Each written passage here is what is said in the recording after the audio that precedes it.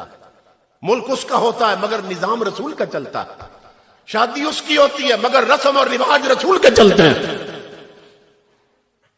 حضور کا سچا محب کسی شے کا مالک نہیں ہوتا، ہر شے کے مالک حضور ہوتے ہیں۔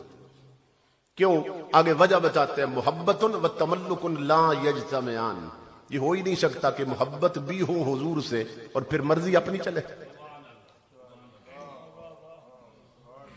کہ بندہ کہے گی مرضی تو اپنی کروں گا مگر مجھے محبت حضور کے ساتھ۔ تو اس لیے جو ریالٹیز ہیں نا اور فیکٹس ہیں اور حقیقتیں ہیں، اگر ہم ان سے آنکھیں بند بھی کر لیں تو حقیقت تو نہیں بدلے گی، کیا دھرا سب سامنے آ جائے گا آنکھ بند ہونے کی دیر۔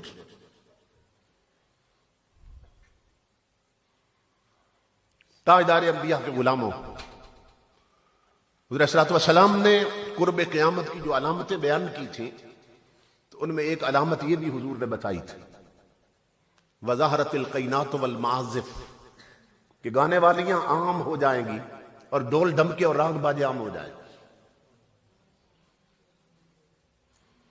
میں نے برمنگم میں، انگلینڈ میں برمنگم، یہ لندن کے بعد دوسرا بڑا شہر ہے، برمنگم سے لے کر سکاٹ لینڈ تک، ڈنڈی، گلاسگو اور ایڈنبرا، وہاں تک انگریزوں کی نیشنل کوچز میں سفر کیا ہے۔ کسی کوچ میں کوئی ٹی وی نہیں چلتی، کوئی میوزک اور موسیقی نہیں ہوتی، انگریز یا کتابیں پڑھتے ہیں، اپنی جو کتابیں ان کی وہ پڑھتے ہیں، اور یہاں پھر یہ ہے کہ وہ سو کے سفر طے کرتے ہیں۔ جن کو ہم فالو کر رہے ہیں، جن کے کلچر کو ہم نے اڈاپٹ کر رہے ہیں، جن کی ہم کاپی کر رہے ہیں، وہ پیچھے رہ گئے، ہم بہت آگے نکل گئے۔ اسی لیے اقبال نے کہا تھا، تیرا وجود سراپا تجلی افرنگ، کہ تو وہاں کے عمارت گروں کی ہے تعمیر، کہ جس ماحول میں تیری تشکیل ہوئی ہے، جس ماحول میں تیرا کردار ڈھالا گیا ہے، تو وہ ماحول ہی ناپاک ہے، تو تجھ سے پاکیزگی کی ہوا کیسے آئے گی؟ ہمارے کالجز میں، یونیورسٹیز میں امام الانبیاء کے غلاموں پلاننگ کے تحت حضور صلی اللہ علیہ وسلم کی تعلیمات ختم ہو رہی ہیں۔ نام لیا جا رہا ہے اسلام کا، مگر اسلام ایسے ہی جیسے نام اسلام آباد ہے اور مارکیٹوں اور بازاروں میں اسلام نام کو نہیں، یہ صرف اسلام کا نام استعمال ہو رہا ہے۔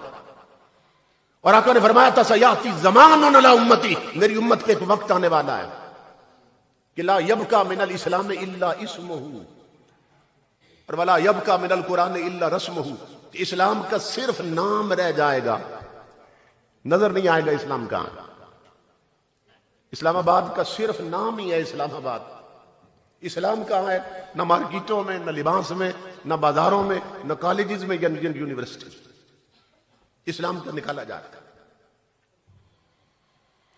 تو ہمیں فکر کرنی چاہیے، ہماری اسلامک آئیڈینٹی ہے یہ جو ہے نا، یہ دور، یہ کلیش آف سیولائزیشن کا دور ہے، پوری دنیا گلوبل ولیج بن چکی ہے، ہر گندی تہذیب دوسری تہذیب پہ اپنا رنگ چڑھانا چاہتی ہے۔ ہم حضور کے غلام، ہر مذہب والوں کی کچھ مذہبی سمبلز ہوتی ہیں، علامتیں ہوتی ہیں جس سے وہ اپنی پہچان قائم رکھتے ہیں۔ فرانس میں پابندی لگی کہ سکھ پگڑی باندھ کے نا کالج میں ان کے بچے نہیں آ سکتے، یہ ان کی مذہبی علامت، یہ گورنمنٹ کی طرف سے پابندی لگی۔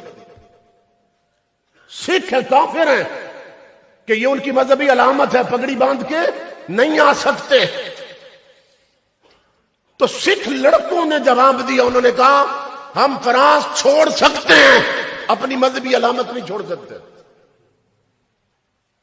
کافر ہو کر اپنے مذہب سے اتنی محبت، جھوٹے ہو کر مذہب سے اتنی محبت، اور ہم سچے ہو کر حضور کی تعلیمات چھوڑ بیٹھے۔ گر گر آگ لگی ہے، گر گر آگ لگی ہے۔ تو یہ مسجدیں ہی رہ گئی تھی جن کے اندر آنے والوں تک حضور کا دین پہنچنا تھا، لیکن وہ بھی اکثریت گھر میں بیٹھی ہے۔ اور امام الانبیاء کی وہ حدیث سامنے آ رہی ہے اور اس کی صداقت واضح ہو رہی ہے حضور نے فرمایا میری امت پہ ایک وقت آنے والا ہے، فرمایا وَسُوِّرَتِ الْمَسَاجِدُ وَطُوِّلَتِ الْمَنَائِرُ وَحُلِّيَتِ الْمَصَاحِفُ۔ حضور نے فرمایا ہر گھر میں قرآن بڑا سجا سنورا پڑا ہوگا، ویلوٹ کے غلاف اور کور ہوں گے، مخمل چڑھا ہوگا گھروں میں قرآن ہوگا۔ یہ جتنے کوئی امیر ہے نا ان کے گھروں میں قرآن دیکھیے، اتنا ہی قیمتی غلاف ہوگا، اتنی ہی قیمتی جلد والا قرآن پاک پڑا ہوگا، مگر پڑھنے والا کوئی نہیں ہوگا، حضور فرماتے۔ اور اسی طرح مسجدیں بڑی سجا دی جائیں گی مگر نمازی نہیں ہوں گے، مسجدوں کے مینار اونچے کیے، وَطُوِّلَتِ الْمَنَائِرُ، حضور فرماتے مینارے اونچے کر دیے جائیں گے، مگر مینارے جتنے اونچے ہوں گے لوگوں کے اخلاق اتنے ہی نیچے ہو جائیں گے۔ آنکھ تو بند ہونے والی، اور قبر میں کس کے ساتھ کیا بیتنے والی ہے۔ امام الانبیاء نے فرمایا تھا میری امت کے غریبوں لا تغبطن فاجرا بنعمتہ، فرمایا کسی امیر کا بڑا بنگلہ دیکھ کر، کوٹھی دیکھ کر مت حسرت کرنا میں بھی اس جیسا بن جاؤں، کہ جس کے گھر میں شریعت نہیں ہے، دین نہیں ہے، جس کے گھر میں دولت ہے مگر نبی کا دین نہیں۔ امام الانبیاء فرماتے ہیں میری امت کے غریبوں مت حسرت کرنا میں بھی ان جیسا بن جاؤں۔ کیوں؟ فرمایا فإنک لا تدری ما هو لاقٍ بعد موتہ، تجھے نہیں معلوم کہ قبر میں اس کا کیا حشر ہونے والا ہے۔ تو نے اس کا بڑا بنگلہ اور کوٹھی دیکھی ہے، تو اس کی چھوٹی سی تنگ قبر نہیں دیکھ سکے گا۔ تو نے اس کی کوٹھی اور بنگلے کے فانوس دیکھے ہیں، تو اس کی قبر کی تاریکی نہیں دیکھ سکے گا۔ امام الانبیاء فرماتے ہیں غریبوں یہ مت سوچنا کہ ہم بھی ان جیسے بن جائیں۔ امام الانبیاء کے غلاموں، آج جتنی دولت گھروں میں بڑھتی جا رہی ہے اتنا دین گھٹتا جا رہا ہے۔ چاہیے تو تھا نا جب اللہ کی نعمتیں بڑھی تو شکر بھی بڑھتا، مگر نعمتوں پر کفر بڑھتا جا رہا ہے۔